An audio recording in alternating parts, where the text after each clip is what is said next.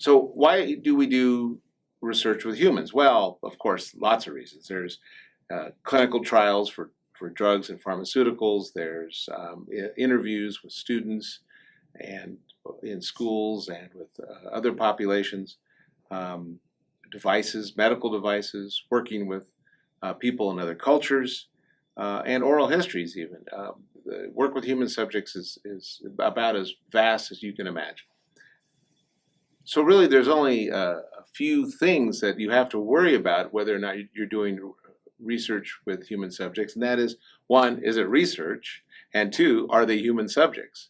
As you'll see, with research is defined by the federal regulation as a systematic investigation that includes research development, testing, and evaluation. And it's designed to develop or contribute for generalizable knowledge.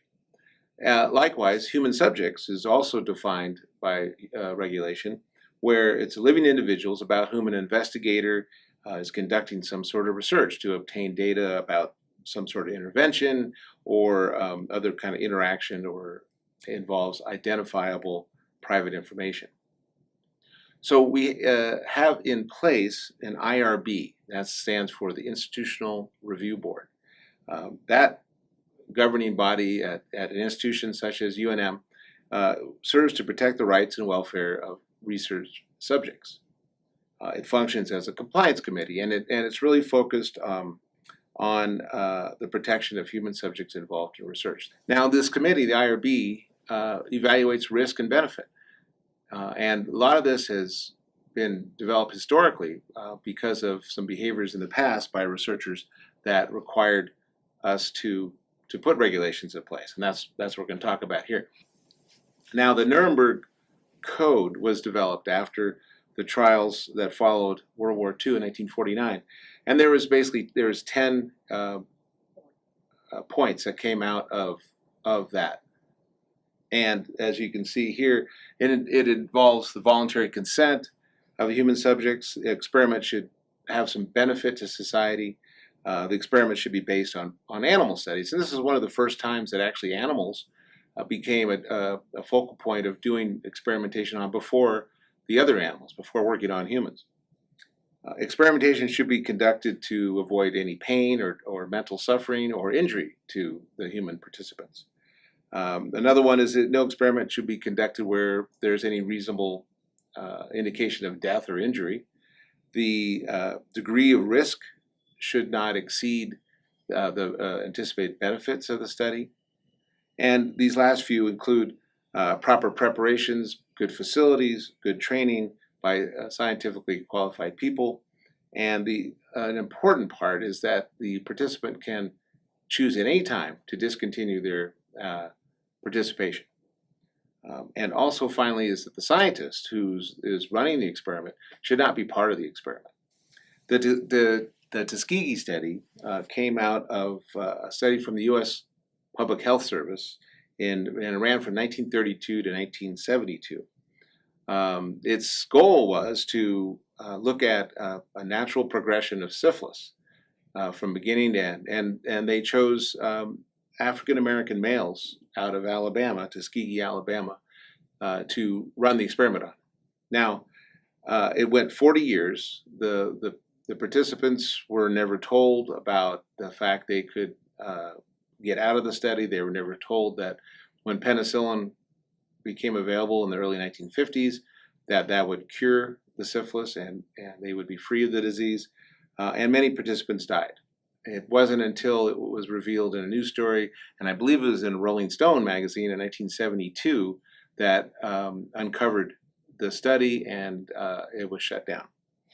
Another experiment that came out in 1971 was the Stanford Prison Experiment. And the hypothesis was that by Dr. Zimbardo, do circumstances drive immoral behavior?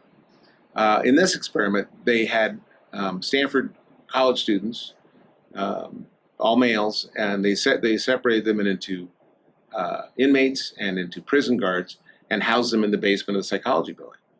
Well, pretty quickly, the whole experiment became cruel and abusive of the prisoners. The investigator, Zimbardo, did not stop the experiment because he himself was part of the experiment. He was actually the prison administrator.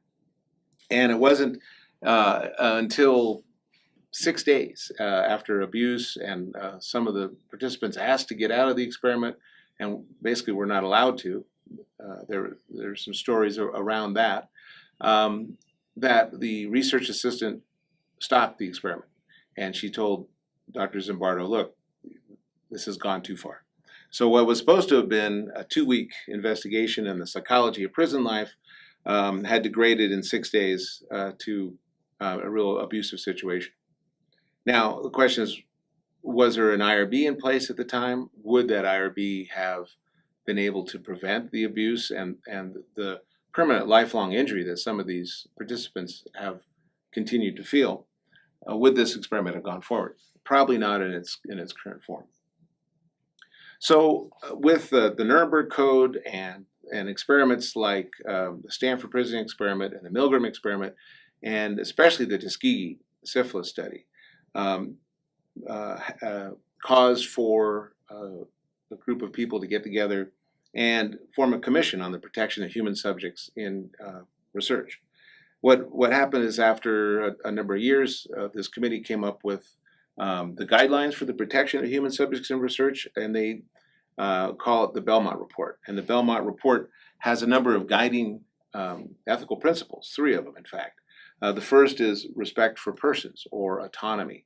And this means that you don't use people as a means to an end, that you have extra protection for people that have compromised autonomy. Individuals have a choice to participate or not participate. They have autonomy. A second principle is beneficence, or do no harm.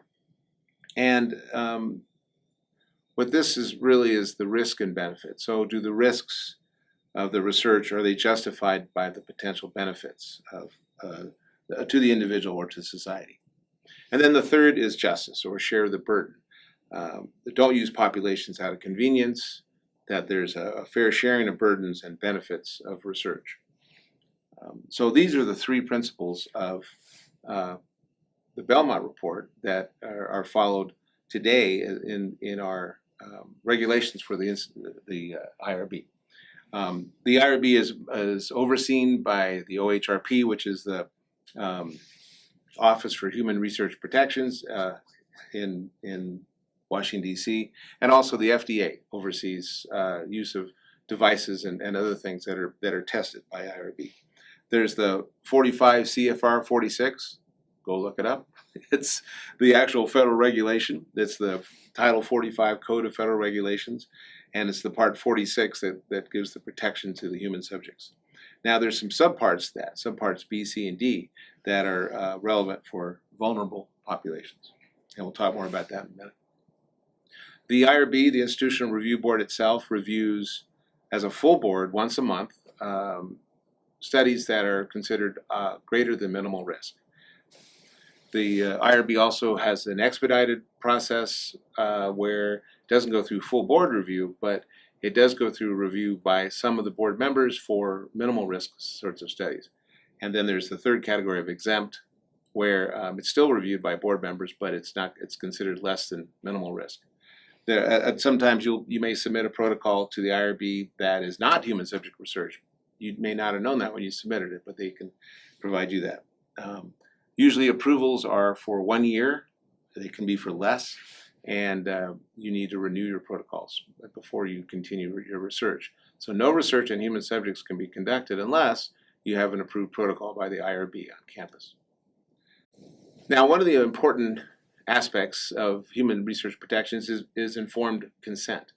And this is that principle, the respect for persons, or autonomy that we talked about from the Belmont Report. And what that means is that for legally informed consent, the subject must understand the facts.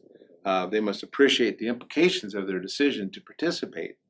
They must have the ability to decide and also have the ability to communicate their decision. Circumstances of consent include providing a sufficient opportunity for a person to review the study plan and the consent form, there's no coercion or minimizing coercion. The person can be in another room, or they can take the consent form home and read through it, and that there's no undue influence on looking at the consent form and deciding whether or not to consent. The mandatory elements include such things, and you know, a lot of this was in the Nuremberg Code, where you discuss what the study was about, the purpose of the research, the qualifications of the researcher, the description of the risk, description of the benefit, alternatives, how confidentiality and of your data is maintained. Is there any compensation for participating? That you can leave the study at any time, and it's voluntary. Another issue is privacy and confidentiality, and these days with Facebook and people knowing where everybody is from, where's my iPhone, etc. I think the concept of privacy is maybe changing. However, confidentiality is about data, and disclosed private information, and it's given to the investigator in a relationship of trust, and it's not to be divulged to others and in ways that are not agreed upon in the consent. So that's a very important thing for the IRB to review and to make sure the investigator and the other people in the study understand is the rules of confidentiality. I mentioned vulnerable populations, subpart B, C, and D. Subpart B is to cover pregnant women and fetuses, neonates. Subpart C covers prisoners, and then subpart D covers children, that research that has to do with children. The IRB, the Institutional Review Board, must have a representative of those groups on the board to review and approve protocols if they're conducting those sorts of studies. So if there's prisoner research, then there's a prisoner representative that has experience with prison populations and protections on the board. Likewise with children, there's someone that is familiar with protections of children used in research. In that case, when you use children, there's a consent form, and there's also an assent form, where the child understands that you're going to do this, right? Okay. And mom agrees, or dad agrees. Also, the HIPAA, the Health Insurance Portability and Accountability Act, was put in place in the early 2000s for protecting patients from insurance companies maybe getting a hold of their health information and using it perhaps unfairly. Well, HIPAA needs to be waived if you're involved in a study that involves medical information. So you may be asked as a participant to read and waive your HIPAA rights. As an investigator, you'll need to provide participants the HIPAA waiver form, which is separate from a consent. So IRB is on main campus, is housed over on Sigma Chi Road. Protocols are handled all electronically, and I recommend that you contact staff over there early and often. And if you have any questions, they're very helpful. And they hold a number of workshops themselves that can answer more specific questions about your project. This module continues with some information about publications and peer review.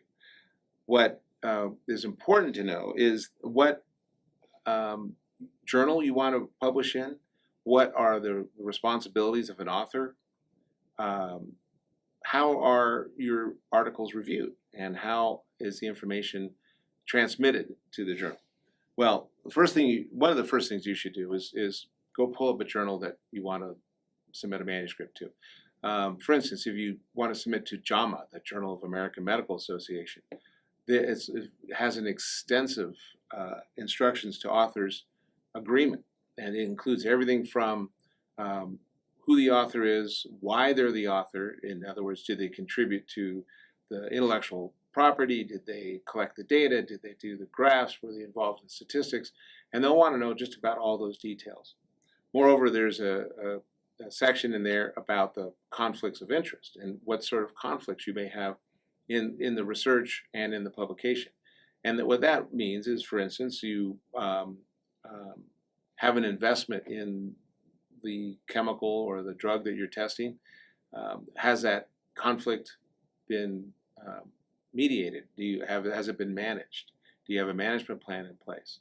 And so that's conflicts of interest are all about disclosure. And as long as you disclose your conflict and how it's managed and that it was managed properly, then you can usually continue on with your research and with reporting of the research. But it's interesting that they'll ask this right at the end when you're trying to publish a paper. Also, you'll transfer your copyright. You own your thoughts and your words and your graphs and your figures and everything until you transfer that intellectual property via copyright to the journal. And at that point, it's not yours anymore. It belongs to the journal to market as they want. So as long as you remember that an author is the person who originates or gives existence to anything, and with that comes a responsibility of what was created in the sense of a journal article. And the purpose of authorship, as I'm sure you know, is to share those results in an honest and scholarly way. But also, authorship and publication is sort of the gold of research. Number of papers are counted, and they're counted as part of career advancement and even getting a job initially. And in the different disciplines, whether it's humanities or computer science or natural sciences or medical sciences, there's all sorts of different standards for how authorship is selected, whether you're the first author, you're the corresponding author, the last author. They all have meaning in different disciplines. Sometimes it's just alphabetical. If there's so many authors, it might be the easiest way to go. So in what order authorship, you really need to decide that with your co-authors early on. And there's no hard and fast rule, except that do it early on and talk about it frequently. I'm going to be first author in this paper. You be first author on the next paper. I'll make sure that all the references are checked and all the data are correct, and you be sure that the statistics are run right and the analysis is displayed correctly, something like that. And then you keep checking up on it. What I like to tell folks is that follow it up with an email. Remember we had that discussion about authorship, and I'm going to be first author. Can be second? Yeah, okay, all right. And do it often and check in with each other. That way there's no surprises. Sometimes there's surprises at the end, and you don't want that. There's also things to watch out for, such as self-plagiarism, or even salami science, as they call it. What's salami science? Well, there's usually a logical unit in which you publish a paper. It tells a story, and you get it out and you get it done. What a lot of editors look for is our authors sometimes will just try and get a lot of publications out of a smallish project, and work with your colleagues, work with your advisor, your mentor, work with others to say, this is the project. It looks like a nice solid piece that we can publish. Let's go for it. And usually reviewers will find papers that are maybe not quite ready for publication, which brings up the review process. Not long ago there was a shift. Previously, you would send a manuscript to an editor. The editor would look at it and say, "Oh, this looks good. This will be fit in our journal.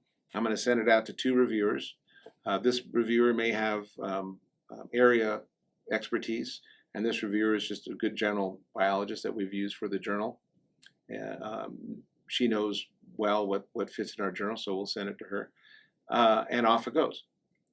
So you're known as an author, but the reviewers are anonymous, and they'll look at their comment, they'll develop their comments, and they'll send them back to the editor in a couple weeks or maybe a month. And with their comments, the editor will then add in their comments and send them back to you as the author. You then take those comments, you decide whether you're going to accept them or address them or how you're going to do it, and then you make the revisions. You send the revision back to the editor, and usually you'll get an acceptance from there on. That's a usual process. What the change has been is that now, because of bias perhaps, or plagiarism of other people's ideas, the process has moved where both the reviewers are anonymous and the author is anonymous. So you'll submit your paper, take your name off, take your address off, take any sort of identifier out of the paper, and the editor will look at that and then send it out for review again.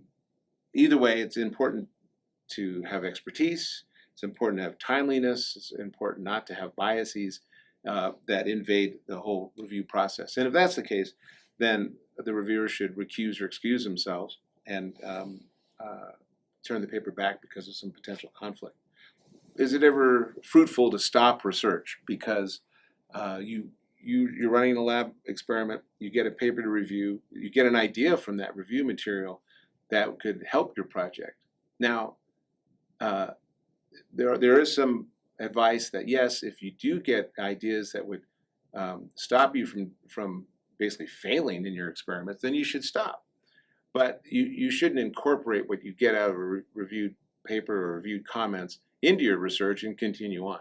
The best way, the most ethical way, is to contact the editor, and then through the editor contact the original author where you're reviewing the material and say, hey, I've read this paper of yours, you know, you've got some great ideas, let's collaborate. Let's get together. I'm really having a hard time with this. And what you said really helped me grease the wheels on my experiments. And then also another issue that comes up is it okay for graduate students to review manuscripts? It is, just to cut to the quick, it is okay if you get approval from the editor saying, you know, thanks for this paper to review. I'm going to discuss it in our lab, and then we'll put our review comments together and send it back to you. That could be actually a good learning experiment, learning tool for your students, but also you could get a better review in the long run.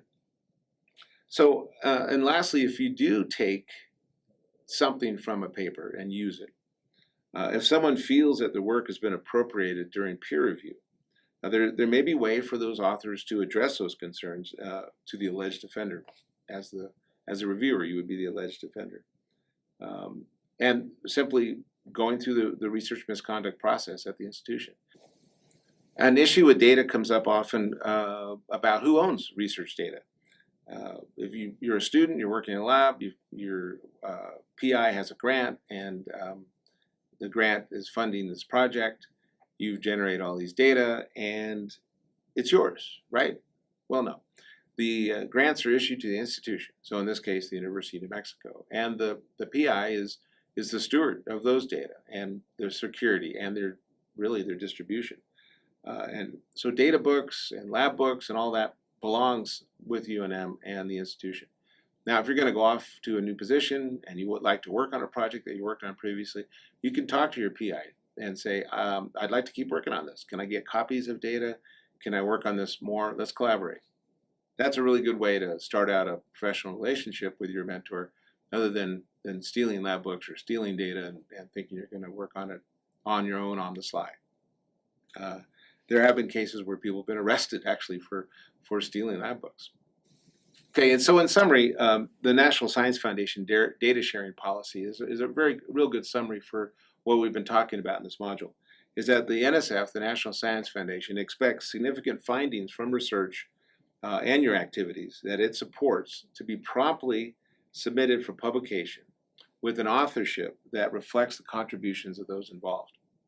It expects investigators to share with others at no more than incremental cost and with a reasonable amount of time data, samples, and other physical collections and supporting materials that were created or gathered in the course of the work. It also encourages awardees to share software and to share inventions to make them useful and usable. Now, there's exceptions allowed for some human subjects in data and the confidentiality statements and the validity of results or the integrity of collections. So there are some exceptions, but in general, if you have federal funding, you're encouraged to share it and make it available in a timely manner. Okay, in this module, I'd like to talk for a few minutes about predatory publishing. This is something that in the last 10 years, libraries that have been promoting open access publishing have kind of created a boom where journals, instead of selling the hardcover subscription journals that get mailed to you once a month or every quarter, journals are available online, open access. All you need is a computer and a website to access. So what's happened though is predatory publishers, those that unprofessionally exploit this open access model, exploit it for their own profit. These publishers use deception to appear legitimate, and they entrap researchers and students and others into submitting their work and then charging them a pretty good penny for a quick publication that's in their words, peer review. And you may have gotten spam emails and other sorts of electronic communications from some of these groups. The Public Library of Science, the PLOS journals, typically charge about $1,200 to about $3,000 to publish a paper, with a discount if there's a researcher or you're affiliated with a university. And the more papers that these journals publish, the more money they make. So greedy publishers set up shop online. The primary goal is to publish as much as possible. They'll hire young business managers that really have no background in science or research, that may or may not go through peer review. Usually they'll forego the peer review process while still presenting them as a peer review or scientific journal. So these counterfeit publications use the same name as legitimate publications, or at least very close names. And the number of possible predatory journals has increased by a huge amount, from 18 in 2011 to over 900 now in 2016. And you can go to the University of Colorado Denver's Australia Library, and Jeffrey Beal is managing a website there that documents the journals that are considered predatory. So what do you do if you think you're subject to a predatory journal or word spinning or some other predatory behavior, I guess, towards getting your papers published? I mean, you want to publish a paper. Again, like I said, it's the gold standard. It's what we get hired and maintain our profession on. It's also something that's very important for knowledge and generation of knowledge. So first off, know the journal you publish in. Talk to your colleagues about meetings and outlets and other sorts of ways that the society, usually the scientific society that's behind the journal. Watch sites such as Retraction Watch or the Beal site at the University of Colorado for bogus journals, and be familiar with that list. Report those journals that seem less than legit. Again, you probably get solicitations fairly frequently, once or twice a week, to publish your work. And then think about how this increase in these predatory journals and this behavior affects not just science, but just the generation and maintenance of knowledge. It has a potential of causing some great damage. So be vigilant, be suspicious. If someone says, send me your paper, we're going to publish it sight unseen, just send me a check for $3,000, chances are that's not something you want to be involved with. I encourage you to stop by the Academic Integrity and Research Ethics office anytime, or give us a call. Check our website. If you have any questions about publications or peer review or any other aspects on the responsible conduct of research. And keep doing it right. Thanks.